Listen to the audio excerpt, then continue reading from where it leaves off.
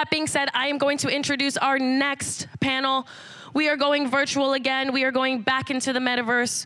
We are doing a fireside chat, a virtual fireside chat on how blockchain games will change the gaming industry. Justin Wu, DeFi Summit, who actually put on this conference, will be the moderator. And Dan from MetalCore will be a panelist. So that is going to be brought up on the screens to my left and right. So make sure you check it out. And let's ultimately give a round of applause for Justin Wu for putting on DecentralCon. Woo-hoo! Okay, I said let's give a round of applause, people. Thank you, thank you, thank you. We're gonna put that video up, but enjoy nonetheless. We have how blockchain games will change the gaming industry. Thank you.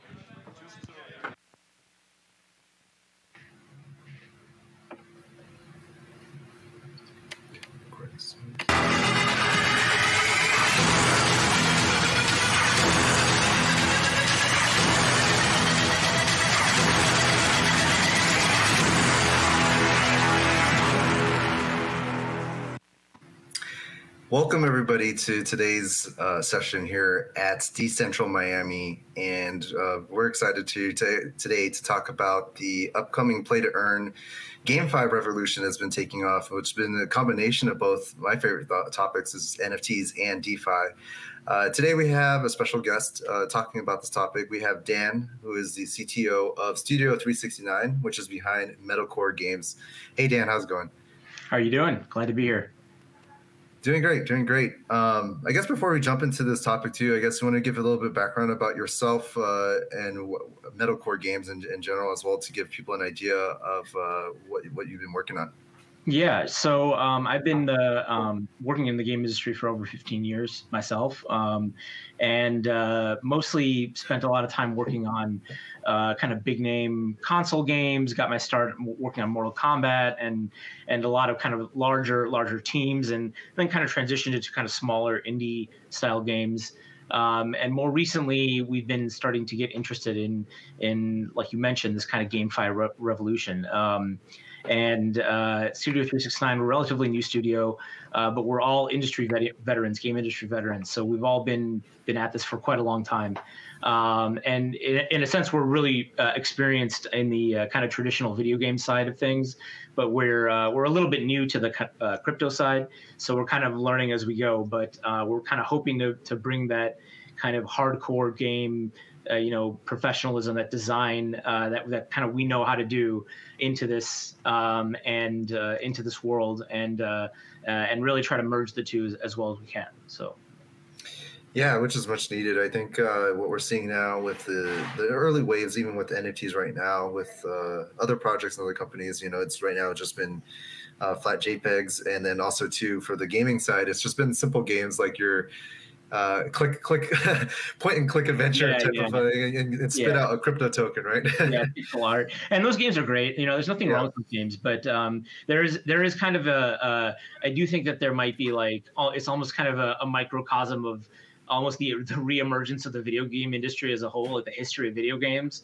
Like you're seeing it kind of play out and fast forward, like over the course of a couple of years, but within the context of blockchain, right? Like people are almost reinventing like 8-bit games, and then it's like, oh wait, we can now we can do this kind of 3D stuff that we're gonna do, and it's like let's rapidly get to where we know we can actually get modern games.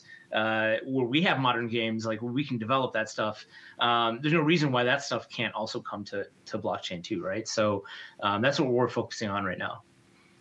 Yeah, well, it's pretty much just about mass adoption and even just portability too for gamers all around. I think the barrier entry right now for just even playing like back then, like Crypto Kitties and some of these other games was just huge. But also too, it's like I think what's interesting too, what you're saying is like if the game is inherently not even like a game that normally people play, if they're just degenning and buying all these different assets, that's great. But like, it's only going to be for the crypto audience and crypto crowd. Right. And, I think that what you're saying is that you guys have been coming from the real video game experience side and trying to bring that into the industry as well too. Yeah. What we really want to do is we want to kind of open up the market from a different perspective, which is obviously you're right that kind of mass adoption is very important in this model. But what we can do is we can find market wherever we can, and then we can expand. We don't have to expand all at once, and we don't have to limit our market by saying we only have one thing and that's what our entire market is going to be. So our idea right now is saying, well, what we do right now is we really appeal to the hardcore gamers, people who really want to jump in and play a game like Battlefield, or if you remember a game called PlanetSide 2 from came out like 12 or 13 years ago. It was one of my favorite games, and it's one of the big inspirations for us. It's one of the things that we're really trying to kind of take a lot of inspiration from right now. And if we can get players who really like playing those games into our game, there's no reason why we then can't also go back and get some sort of like interesting mass adoption model for everyone else who can't afford to buy a gaming PC or who isn't interested in that. And one of our core concepts is layering different experiences on top of the same blockchain central core. So we'll have the same MetalCore NFTs. We'll have that same economy that services all of our experiences. And our first experience is going to be a hardcore, traditional video game. But our next one could still be like a mobile card battler or a web-based, like clicker game. Like there's no reason why we can't do that stuff too. But what we want to do is start off by showing like, first and foremost, we really want this to be a game universe, right? Like we're not saying those things are wrong or bad, or we're not going to go down that route, but we want to demonstrate that this is going to be a real game and a real game universe with lots of different and really interesting ways for people to play. Which is great. I think what you're pretty much saying is that there's going to be the first initial core game that you guys are building, but then there are other games. Would it all be in the same kind of universe, or yeah. Okay. So it's all same universe, and the idea there is like, we're going to start by saying, here's something that we know we can do really well. Here's something that we ourselves want to build. Like I myself want to play this game. Like I haven't played a game like PlanetSide 2 in a long time. And I really want to bring my own twist to it. Once we've established that, and once that has, hopefully grown popular and started to work, there's no reason why we can't then say, for all the people who are interested in our universe and interested in the kind of the GameFi aspect of it, owning the NFTs, participating in the kind of the tokenomics and everything, but aren't into the kind of real-time shooter aspect of everything, they might want to have a more tactical, slow pace, more of a chill way of interacting with our game universe. And we want to be able to provide that to them too, right? So maybe an RTS, maybe a card battler, maybe, some sort of a kind of, higher level Forex strategy game. There's no reason we can't do it. Long term. So. Nice. And I see that you guys are building up kind of, you're still in like early pre-launch, and you guys have, I guess you're starting out with your early mint NFT program that's coming out with the 10,000 War Machines. Yeah. We're doing our mint in January. We're making a lot of progress on our white paper. Hopefully we're going to have that out in the next couple of weeks for people to take a look at before January mint. And one of the cool things about it is that we've made a lot of progress on most of our game development. We've been working on it for quite a while now, and we're going to be able to offer a private alpha in April for certain NFT holders to kind of get early access to play the game and and participate in a couple of private alpha play tests with us. So. Nice. So definitely, everybody's watching, just definitely join the waitlist, get tuned and get caught up with what's coming up as well for some early alpha. with MetalCore, I guess, would you guys still be in the white paper and the NFTs too? Then is the idea that there's going to be like a MetalCore coin then, or that's still like TBD? It's just we know we're going to have two tokens. So we have the Fab token, which is going to be our uncapped utility token. So it's basically you earn it from playing the game, and you consume it in order to do multiple things within the game, including things like crafting new vehicles, merging vehicles in order to upgrade them, doing things like repairing your vehicles in order to kind of like get around it. Most vehicles have like a certain spawn limit within a 24-hour period. Like you can only use, even like especially the most powerful mechs. Is one of the ways that we're balancing our game is that even if you have like the most powerful thing in vehicle in the entire universe, when you play it, it's going to be amazing, but you can't just continue playing it every round, right? Like you're gonna have some limit to how many times you can spawn in that thing. So you're gonna, in order to kind of quickly, quote unquote, repair that vehicle, you're gonna have to pay some amount of utility token, commensurate to its power level or whatever, to speed that up. So that's going to be one of our main tokens is Fab, which is short for fabricator, which is kind of like our within our universe. It's this idea of this kind of like AI 3D printer essentially that kind of creates these massive war vehicles. Our other token that we have is going to be our governance token. So we're calling that MGT. It's going to be mainly used for staking, yield farming, and then obviously like voting on configuration changes to the game and stuff like that. Yeah, awesome. It seems like with the governance token coming up as well too, I'm starting to look at you guys' info as well too. It seems like you guys have different factions as well. Does that mean that you guys are thinking about? Are you guys thinking about like building kind of guilds or those guild systems into that, or that's still like super early on? So yeah, no, that's like a really core part of our design is that we have this system of guilds that we call baronies, and anybody who owns an NFT can start a barony. And what you do is a barony is essentially like a management pool. It's basically like a scholarship system for Axie, but built directly into the game. So your barony manages a pool of vehicles and allows pilots to pilot those vehicles. Even as a pilot, as a player who doesn't own any NFTs, you can join a barony and become like a reserve pilot.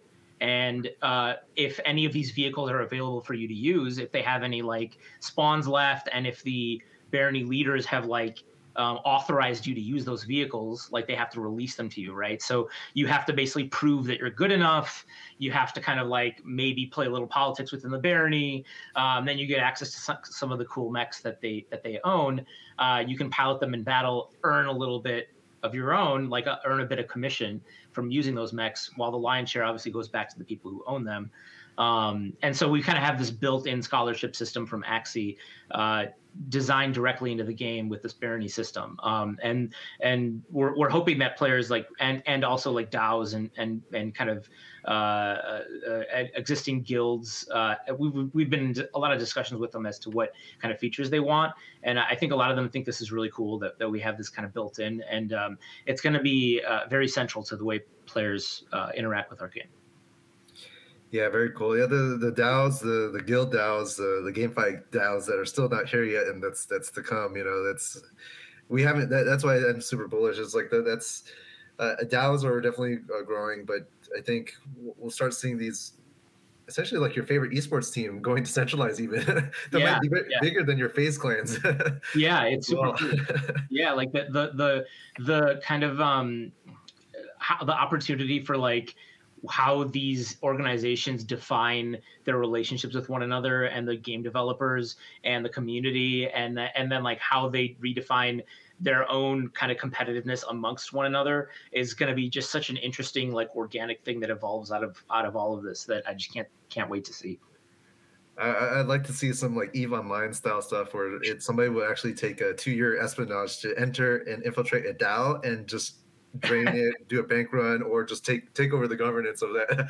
It's going to happen. I mean, we've already seen it in EVE Online, but I wonder if we see it like on a DAO level as well. It'll be interesting to see.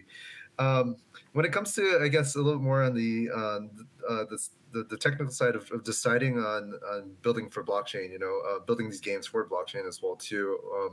Have you guys thought about like when you kind of like which chains are you guys evaluating, or is it still like open and flexible? Or thinking about cross chain as well too. I know that it's always been like a challenge for a lot of games initially, right, with the high ETH gas fees.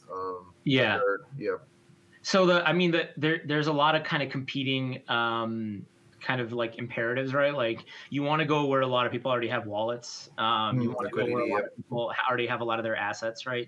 So anything that's Ethereum related is like very attractive.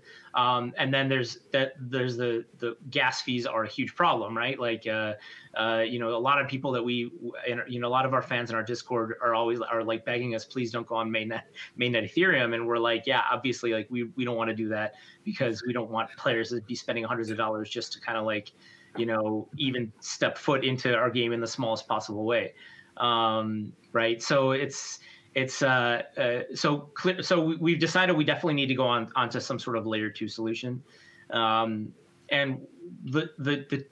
there's a couple of technologies that we're evaluating right now, specific blockchains, EVM compatible layer 2 blockchains that we're in like deep discussions with 2 of them in particular, just kind of finalizing discussions as to which of those 2 we're going to be on.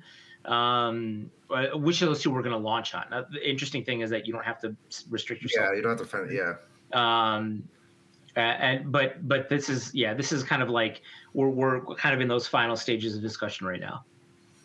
Yeah, it's just always great to hear, and also at least like the thinking about the design process too for anybody that's thinking about building a blockchain game and thinking about the different chains out there too. It's still super early for everybody still, but I think it's in the right mindset to stick with the EVM, at least the EVM compatible layer 2 or layer 1 solution out there and whatnot.